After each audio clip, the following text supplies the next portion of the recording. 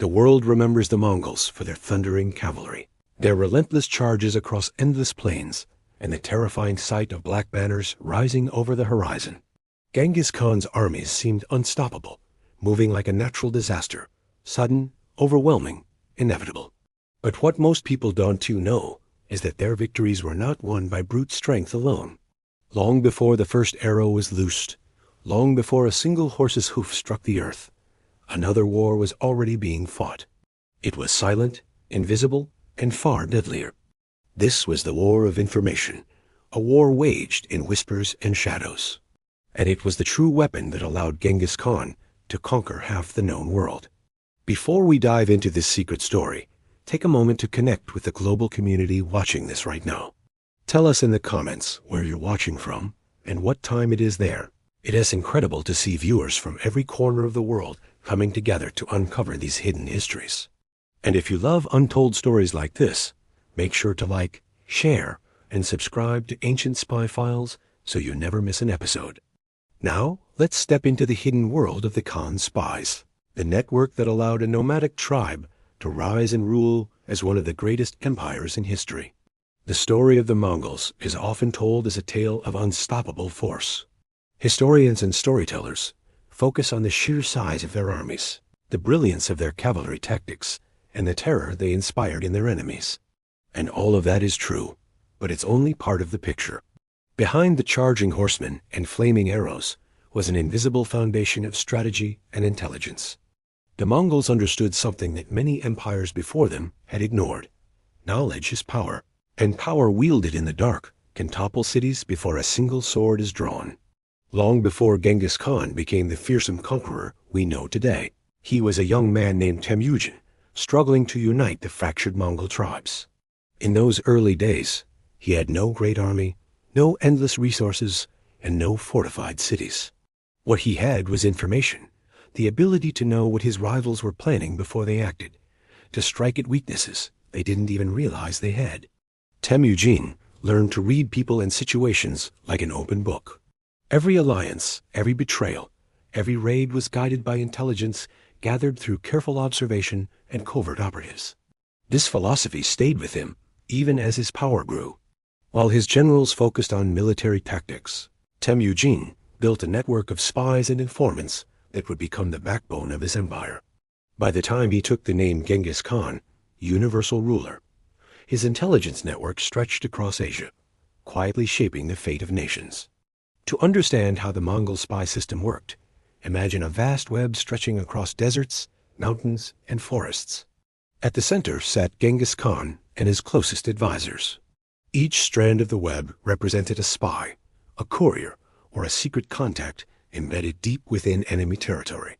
These agents were not ordinary scouts or messengers. They were masters of deception, able to blend seamlessly into foreign cultures, disguise themselves as merchants, pilgrims, or wandering monks. Their true identities were known only to a select few.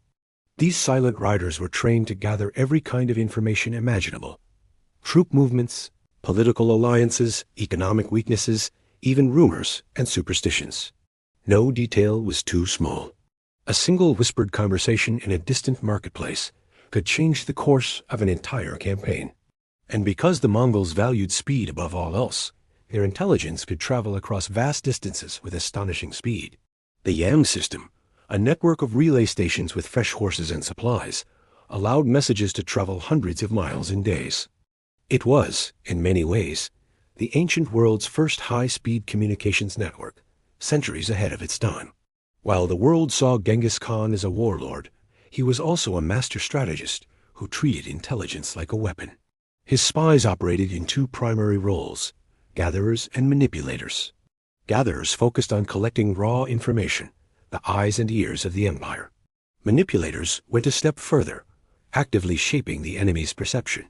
They spread false information, planted seeds of mistrust, and created the illusion of chaos where none existed. For example, before a major invasion, Mongol agents might infiltrate enemy cities disguised as traders or travelers. They would spread rumors of overwhelming Mongol strength, exaggerating the size of Genghis Khan's forces. At the same time, they would identify factions within the city's leadership and subtly encourage rivalries. By the time the Mongol army actually arrived, the defenders were often paralyzed by fear and internal conflict. In some cases, cities surrendered without a fight, convinced that resistance was hopeless. This dual approach, intelligence gathering and psychological warfare, was revolutionary. It allowed the Mongols to achieve victories that seemed almost supernatural to their enemies. Armies appeared to move with impossible precision, because the Khan already knew where his enemies would be. Fortresses fell without sieges, because the defenders were divided and demoralized before the first attack. It was, in essence, a form of total warfare, fought not just on the battlefield, but in the minds of those who opposed them. One of the most powerful tools in the Mongol intelligence system was the Silk Road, the vast network of trade routes connecting east and west. Merchants were the lifeblood of this system, carrying goods and information across continents. Genghis Khan understood that controlling trade meant controlling knowledge. His spies often traveled disguised as traders, blending in with legitimate caravans. Along the way, they gathered intelligence from countless sources: local officials, rival merchants, even gossip from ordinary travelers. This gave the Mongols a level of global awareness unmatched by any other empire of the time. They knew which kingdoms were prospering and which were struggling. They knew where famines had struck, where political disputes were brewing, and which rulers could be bribed or coerced. In many ways, the Mongol Empire functioned like a modern intelligence agency, with a constant flow of data informing every decision at the highest levels. But the Silk Road also served another purpose: disinformation. Mongol agents could use trade routes to spread carefully crafted lies. A rumor planted in one city could ripple across thousands of miles, reaching distant lands where it would be accepted as truth. This was psychological warfare on a continental scale, made possible by the very network that sustained global commerce. Perhaps the most striking example of the Mongol spy system in action was their ability to predict enemy movements with uncanny accuracy. Before launching a campaign, Genghis Khan's generals would already have detailed maps of enemy territory, lists of key leaders, and estimates of their resources. This information didn't come from magic. It came from years of patient espionage. In some cases, Mongol agents infiltrated enemy armies directly. Disguised as mercenaries or conscripts, they observed strategies, identified weaknesses, and reported back to the Khan. Others embedded themselves in enemy courts, posing as advisors or entertainers. These spies didn't just report on politics, they shaped it. By subtly influencing decisions, they could push rivals into conflict, weaken alliances, and create opportunities for Mongol intervention.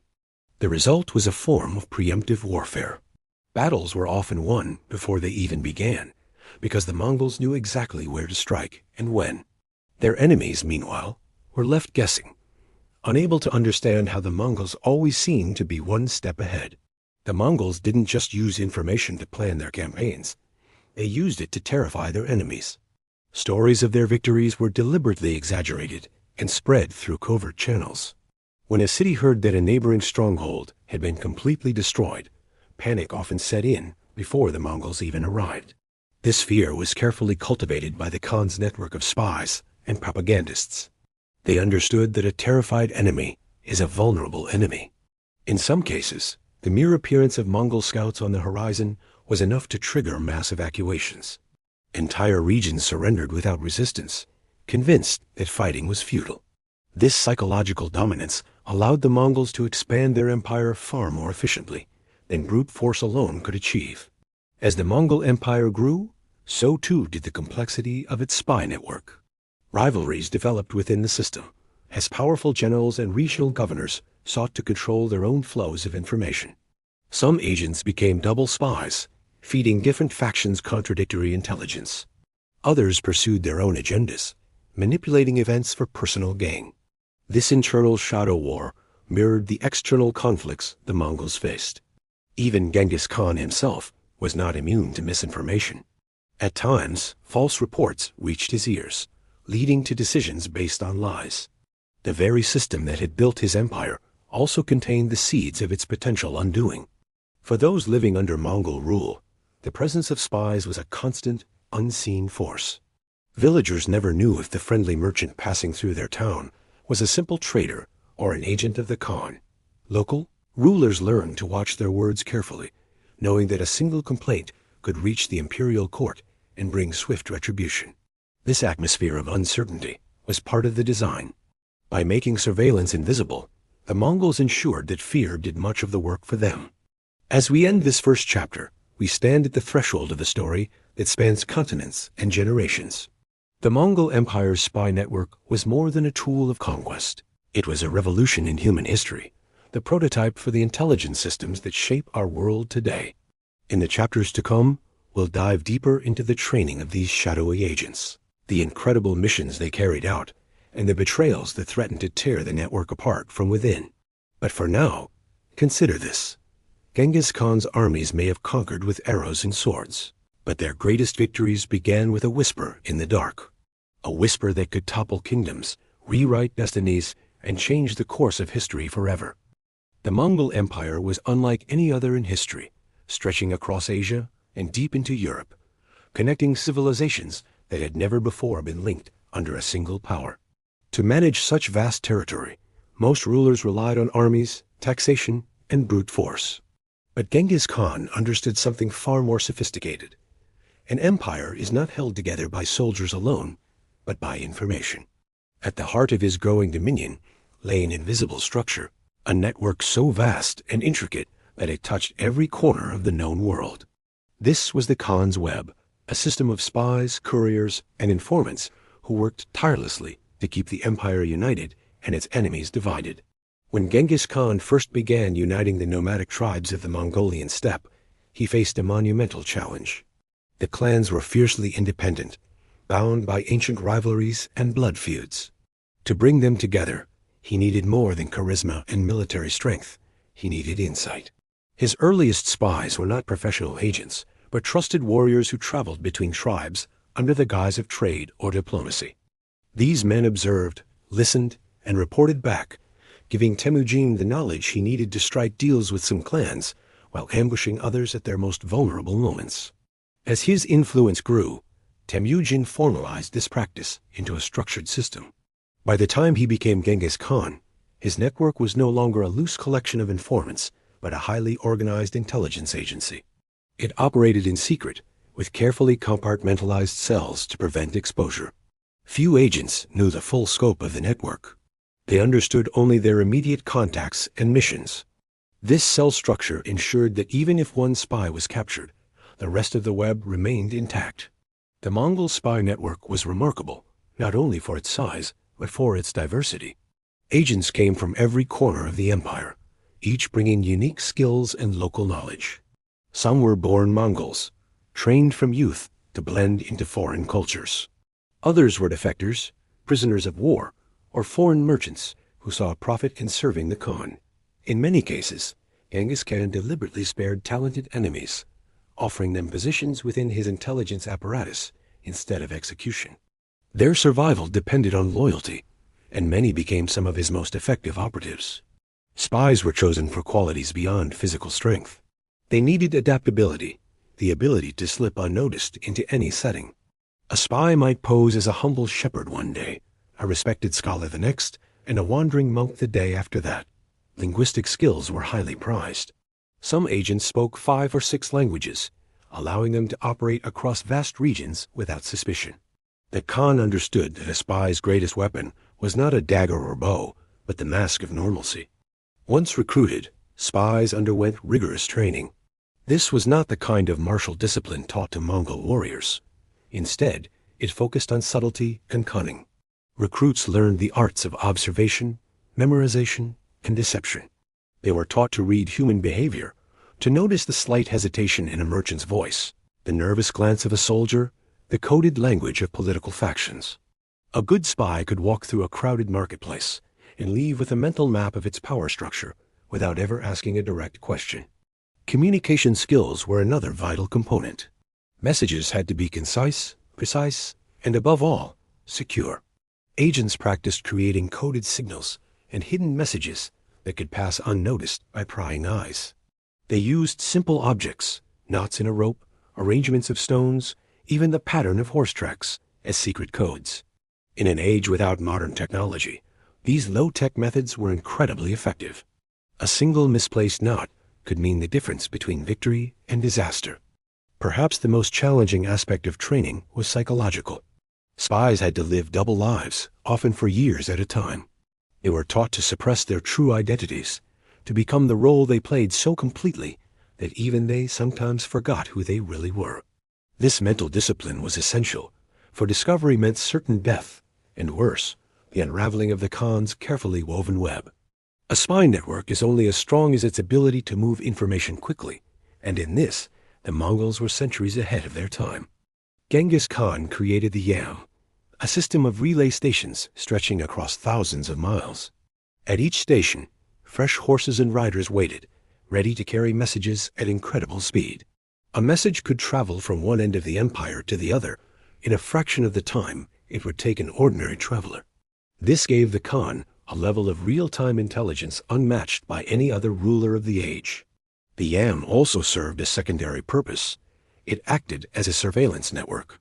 Station keepers reported on the movement of goods, armies, and people, creating a constant flow of information to the central command. In many ways, it was the ancient equivalent of a global communications and surveillance system, linking distant regions into a single, cohesive structure. Perhaps the most daring work of the Khan spies was carried out deep inside enemy territory. Before the Mongols launched an invasion, agents were sent to live among the target population, sometimes for months or even years. Disguised as traders, monks, or mercenaries, they gathered intelligence on everything from city defenses to political factions. They identified key leaders who could be bribed or coerced, as well as potential rebel groups that might rise against their own rulers. One favorite tactic was to sow discord within enemy leadership. Spies would spread rumors that a general was plotting treason, or that a nobleman had secret ties to a rival kingdom. These lies often led to internal purges, weakening the state from within before the Mongols ever struck. By the time the invasion began, the enemy was already fractured and demoralized, fighting not just the Mongols, but themselves. In some cases, entire cities surrendered without resistance, because Mongol agents had engineered fear so effectively. False reports of overwhelming Mongol strength would circulate weeks before the army arrived, convincing defenders that resistance was futile. This psychological warfare saved countless Mongol lives and resources while ensuring swift conquests. The Silk Road, the lifeline of trade between East and West, became the perfect cover for espionage. Merchants were expected to travel widely, ask questions, and interact with diverse communities, exactly the kind of behavior spies needed to operate. Mongol agents embedded themselves in trading caravans, moving freely between cities and kingdoms while gathering intelligence. But the Silk Road was more than just a cover. It was also a channel for disinformation. A rumor planted in a distant marketplace could ripple across continents, carried by traders who believed they were simply sharing gossip. This allowed the Mongols to manipulate perceptions on a massive scale. Entire regions could be convinced of false narratives, shaping decisions at the highest levels of foreign courts.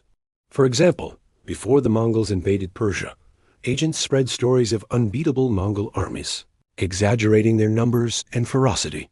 By the time the actual army arrived, terror had already done much of the work. Cities that might have resisted instead opened their gates, hoping to avoid destruction. The Khan's spy network didn't just operate outwardly, it also looked inward. Even within the Mongol leadership, surveillance was constant.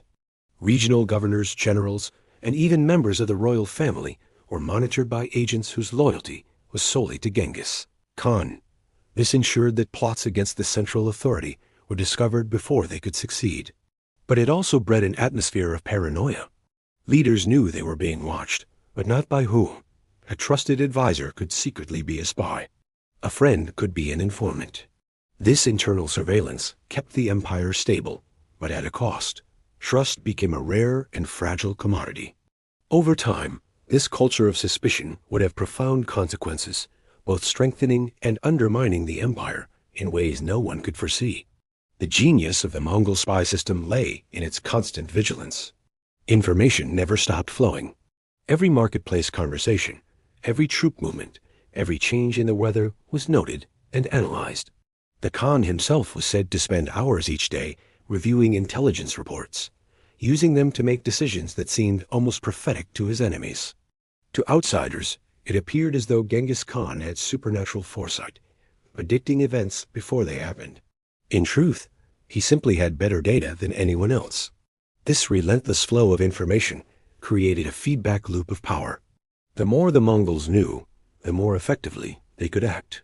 The more effectively they acted, the more fear they inspired, and that fear generated even more intelligence, as terrified populations rushed to report anything that might save them from Mongol wrath. It was a self-sustaining cycle, and for a time, it seemed unstoppable. Yet even as the network reached its peak, cracks were beginning to form. The very secrecy that made it powerful also made it vulnerable to internal betrayal.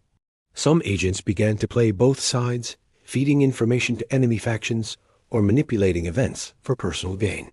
Others became too ambitious, using their positions to amass wealth and influence. These early signs of decay were invisible to most, hidden beneath the surface of Mongol dominance. But in the coming years, they would grow into fractures that threatened the entire empire. For now, though, the Khan's web was a marvel of ancient espionage, a living, breathing system that connected the farthest reaches of the known world. In the next chapter, we will journey beyond the structure of the network to witness specific missions and operations that defined the Mongol intelligence legacy.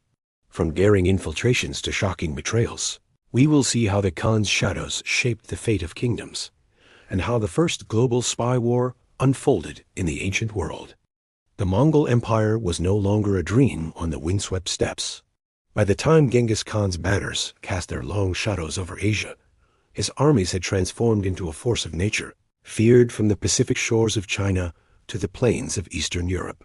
But behind the thunder of hooves and the clash of steel, another army moved, silent, invisible, and often more decisive than any battlefield victory. This was the Khan's Shadow Army, a network of spies whose missions shaped the fate of kingdoms and empires. Their operations were so far-reaching that they became the first truly global intelligence service, centuries before modern states conceived of such systems. One of the first great tests of the Mongol spy network came during Genghis Khan's early campaigns against the Western Xia Kingdom, a wealthy and fortified state bordering the Mongol heartlands. Xia possessed towering city walls and sophisticated defenses that could have repelled even the most determined assault. A direct attack would have been costly and uncertain. Instead, Genghis Khan turned to his spies. Agents were dispatched months in advance, posing as traders and pilgrims. They entered the cities of Xia quietly, mingling with the population and studying every detail of their defenses. Some took work as laborers near the city walls, observing guard routines and supply lines. Others infiltrated noble households, posing as servants and gathering intelligence on political divisions within the court. By the time the Mongol armies were ready to march, Genghis Khan possessed a complete map of Xia's strengths and weaknesses. But intelligence gathering was only the first phase. The spies then began to spread misinformation. Rumors of secret rebellions were whispered into the ears of the ruling elite. Trust between generals and ministers eroded as accusations of treachery flew. By the time the Mongols appeared at the gates, Xia's defenders were already divided and suspicious of one another. The city fell not through brute force, but because its heart had been hollowed out by fear. It was a blueprint for campaigns to come, and a lesson in how a whisper could be deadlier than a sword. As the empire expanded, so did its intelligence network. When Mongol armies began their march toward the west, entering lands that would one day become Russia, Poland, and Hungary, they faced an entirely new set of challenges. These regions were alien to the Mongols, unfamiliar languages, strange customs, and harsh climates. The Khan's warriors could fight and win battles, but to conquer required understanding, and that understanding came from the spies. Mongol agents disguised themselves as wandering monks, merchants, and even mercenaries. They traveled across the steppes and forests of Eastern Europe, embedding themselves within local communities. Some joined rival armies under false names, rising through the ranks and reporting back on troop movements and strategies. Others infiltrated royal courts, posing as diplomats or advisors.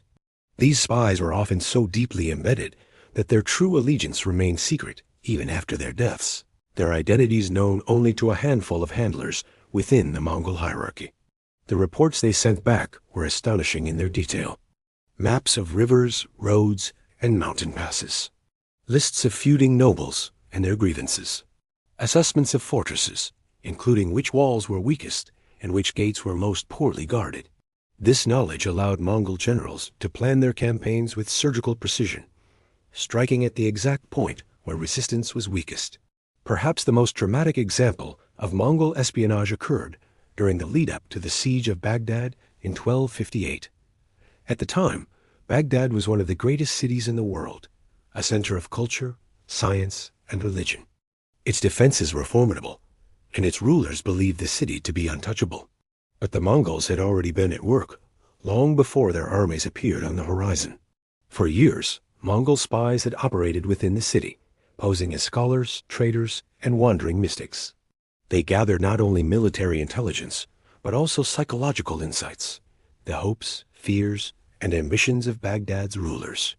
They identified factions within the court, each vying for influence. Some of these factions were quietly manipulated into conflict, weakening the city's unity. False reports were planted to create paranoia, convincing the caliph that certain generals were plotting rebellion. Distrust spread like a disease, leaving the leadership fractured. When the Mongol army finally arrived, they already knew every weakness in the city's defenses. Even the location of secret tunnels and hidden stores of grain had been mapped by spies. The siege was swift and devastating. Baghdad, which had stood for centuries, fell in mere days. To the world, it seemed like an unstoppable act of divine wrath. In truth, it was the culmination of years of silent preparation by the Khan's shadows. But a network that vast was never free of internal danger. With so many agents operating across such a wide territory, betrayal was inevitable. Some spies were captured by enemy forces and turned into double agents. Others succumbed to the temptations of power and wealth, using their positions for personal gain. One infamous case involved a senior operative known only by his codename, the Grey Wolf. Operating in the wealthy cities of Central Asia, the Grey Wolf had been instrumental in securing Mongol victories by feeding misinformation to enemy rulers. But over time, he began to play both sides, secretly selling intelligence to rival kingdoms while maintaining the trust of his Mongol handlers. His betrayal nearly led to disaster when a Mongol campaign marched into an ambush based on his false reports. Though the generals narrowly escaped, the incident shook the empire's faith in its own intelligence network. The hunt for the Grey Wolf became a shadow war within the shadow war. For months, rival factions of spies pursued him across deserts and mountains, using the very tools of deception he had once wielded. In the end, he vanished without a trace. Some say he was executed in secret by the Mongols. Others believe he escaped to live under a false identity, his knowledge of the empire's secrets making him a permanent threat. His story became a cautionary tale, a reminder that even the most disciplined network could be undone from within. The Khan's spies didn't just gather information, they shaped reality. One of their most effective tactics was the deliberate use of fear as a weapon. Before a Mongol army arrived, rumors of its size and brutality would sweep through the region. These rumors were carefully cultivated by agents embedded among the population. Stories of invincible warriors and entire cities erased from the map were exaggerated and spread until they became accepted as truth. The psychological effect was devastating. Entire towns would surrender without a fight, convinced that resistance was futile. In some cases, populations fled before the Mongols even arrived, leaving their cities undefended. This saved the empire countless resources and lives while reinforcing the myth of Mongol invincibility. This strategy was so effective that European chroniclers often described the Mongols in almost supernatural terms, as if they were a force beyond human comprehension. In reality, much of their terror came not from what they did, but from what people believed they would do, a belief carefully engineered by the Khan's invisible agents. As the spy network grew, it became a power unto itself. Regional leaders began to compete for control of information, using spies not just against external enemies, but against each other. A governor might fabricate reports to discredit a rival, or leak partial truths to manipulate decisions at the imperial court. These internal power struggles were invisible to the outside world, but they consumed vast amounts of energy and resources. Some historians believe that these internal conflicts sowed the seeds of the empire's eventual fragmentation. When trust erodes within an intelligence network, every report becomes suspect, every decision clouded by doubt. Even Genghis Khan himself was not immune. In his later years, he was known to cross-check intelligence from multiple sources, aware that lies could hide even within his most trusted circles. By the mid-13th century, the Mongol spy network had become the first truly global intelligence system. Its agents operated from the cities of China to the courts of Europe, from the deserts of Persia to the jungles of Southeast Asia. Information flowed along the Silk Road like a river, connecting cultures that had once been isolated. To the people of these lands, the Mongol spies were ghosts, unseen forces shaping events from the shadows. To modern historians, they represent a stunning achievement of coordination and strategy. In an age without telegraphs, radios, or satellites, the Mongols built a system that rivaled the capabilities of some modern intelligence agencies. As the empire reached its zenith, it seemed unstoppable. But in the shadows, forces were already moving that would challenge its dominance. Betrayals, rivalries, and the limits of secrecy would soon bring the network to a breaking point. In the final chapter, we will witness the downfall of the Khan's shadows, the unraveling of an empire built on fear and information, and the lasting legacy that continues to shape our world today. The Mongol Empire at its height was unlike anything the world had ever seen. It stretched from the Pacific Ocean to the heart of Europe, linking civilizations across 3 continents under a single banner. Its armies had become legendary, its trade networks transformed global commerce, and its spy system was unparalleled in its scope and effectiveness. For decades, the Khan's shadow army had seemed invincible, a silent force that shaped events from the darkness. But even the most intricate webs can unravel, and the same forces that built this empire would one day tear it apart.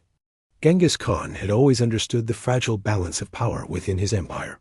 While he was alive, his personal authority held the various factions together. His spies reported directly to him, bypassing regional generals and governors.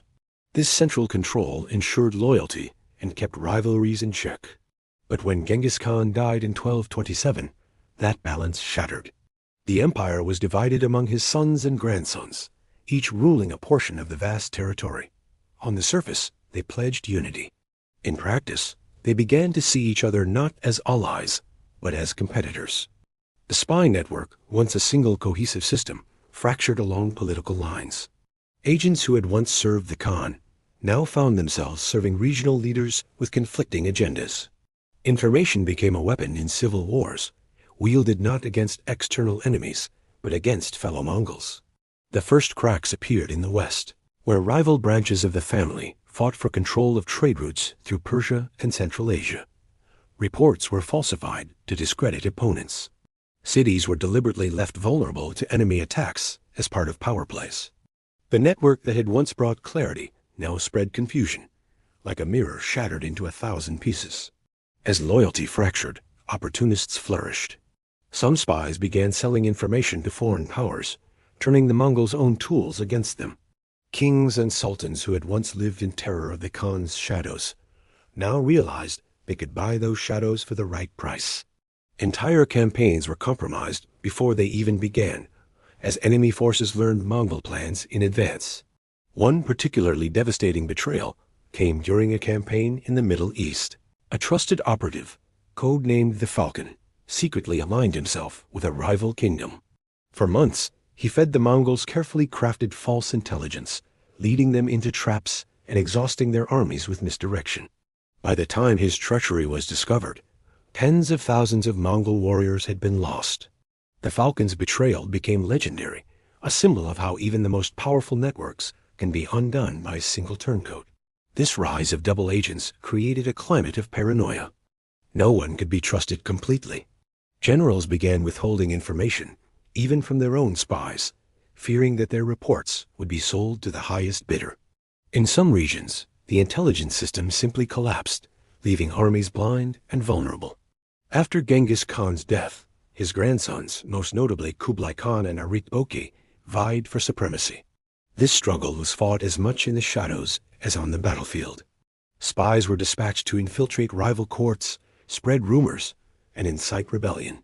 But the more they were used, the more their reliability eroded. At one point, Kublai Khan received 3 conflicting reports about the same event, one claiming victory, another predicting defeat, and a third warning of treachery within his own ranks.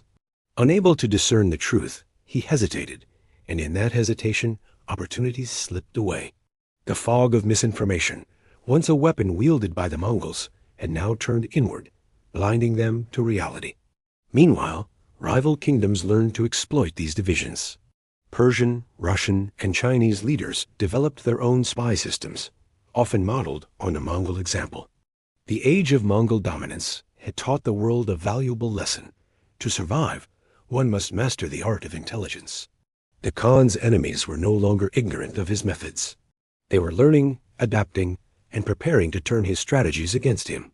For decades, the greatest weapon of the Mongol Empire had been fear. Even before their armies arrived, their reputation would spread ahead of them, breaking enemy morale before a single arrow was fired. But as their spy network faltered, so too did their ability to maintain that illusion. Cities that once surrendered without a fight began to resist. Rumors of Mongol invincibility were challenged by stories of Mongol defeats, some real, others deliberately spread by foreign agents. The myth of the unstoppable horde began to crumble. One historian described this shift as the day the world stopped trembling. It wasn't just that the Mongols were losing battles. It was that people no longer believed they were destined to win. The psychological warfare that had once been their greatest strength now turned against them, as former subjects rose in rebellion, confident that the empire could be broken. In the late 13th century, Kublai Khan attempted to restore the spy network to its former glory. He reorganized the YAM system, recruited new agents, and cracked down on corruption. For a brief time, it seemed as though the shadows might rise again. But the world had changed. The empire was simply too vast, its internal divisions too deep. Even the most brilliant spies could not hold together an empire stretched across 3 continents. Regional leaders increasingly acted as independent rulers, using the network for their own ends rather than the common good. The Mongols' greatest innovation had become their greatest weakness, a tool that no one could fully control. One final moment of brilliance came during the defense of the eastern borders against a coalition of Chinese warlords. Mongol spies infiltrated the coalition, spreading false plans that lured enemy forces into ambushes. For a brief, shining moment, it seemed as though the old magic had returned, but the victory was temporary. The very next year, 2 key regions declared independence, and their local spy masters defected, taking their networks with them. It was the beginning of the end. By the early 14th century, the once mighty Mongol Empire had fragmented into smaller states. The unified spy network ceased to exist, replaced by regional systems that often worked against each other. The age of the Khan's shadows was over. And yet, it wasn't truly gone. The methods developed by Genghis Khan's agents lived on. The Chinese Ming dynasty, the Russian principalities, and the emerging Ottoman Empire all studied Mongol techniques, adapting them to their own needs. Even centuries later, echoes of the Khan system could be seen in the intelligence agencies of Europe and Asia. Modern historians often refer to the Mongol spy network as the blueprint for modern intelligence. Concepts like compartmentalization, psychological warfare, and rapid communication, all cornerstones of today's spy agencies, were pioneered by the Mongols. In a sense, every whisper in the corridors of modern power carries a trace of the Khan's legacy. The story of the Mongol spies is not just a tale of ancient history. It is a lesson that remains relevant today. Empires are built not only on armies and wealth, but on information. Wars are won and lost not just on battlefields, but in the minds of rulers and citizens alike. Genghis Khan understood this truth centuries before modern states, and his mastery of intelligence allowed him to reshape the world. But he also learned another lesson, one that resonates even more strongly. When the flow of information becomes corrupted, when trust collapses and truth is lost, even the greatest empire can fall. The Mongol Empire's rise and fall is one of the most dramatic stories in human history, and at its heart lies the shadow war of spies and secrets. From the first whispers on the steppe to the final betrayals in distant courts, this network shaped the fate of nations. Its echoes can still be felt today, in every intelligence agency, every covert operation, every rumor that changes the course of history. If you've been captivated by this journey into the hidden world of the Khan spies, I want to hear from you. Share in the comments where you're watching from and what time it is. Let's see how far this community of truth seekers has spread. And don't forget to like, share, and subscribe to Ancient Spy Files. Your support helps us uncover more of the untold stories that shaped our world. History isn't just about kings and battles. It's about the whispers in the dark, the spies who changed the world without ever being seen. And the next whisper might just be waiting in our next episode.